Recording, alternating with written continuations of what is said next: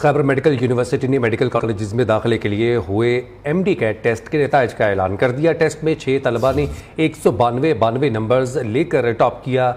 मजमूई तौर पर 11 उम्मीदवारों ने 190 से ज़ायद नंबर लिए।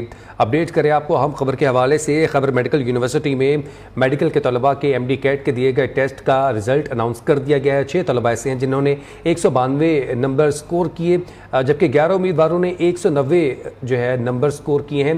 Khyber Pakhtunkhwa MDCAT test में 34,852 तलबा शरीक हुए थे। खैबर पख्तूनख्वा मेडिकल कॉलेजेस में दाखिले के लिए एमडी कैट टेस्ट के नताइज का ऐलान कर दिया गया है। शाहिद खान मजीद अपडेट करेंगे। जी शाहिद। जी बिल्कुल, एमडी कैट जो के मुतनाज़ा होने के बाद दोबारा उनका इख्तिताम हुआ था, तो 26 नवंबर को टेस्ट हुआ था। आज उनकी जो रिजल्ट है वो डिक्लेयर हो गए हैं, जिसके मुताबिक जो मजमूई तौर पर जो रजिस्टर्ड उम्मीदवार थे उनमें 34,800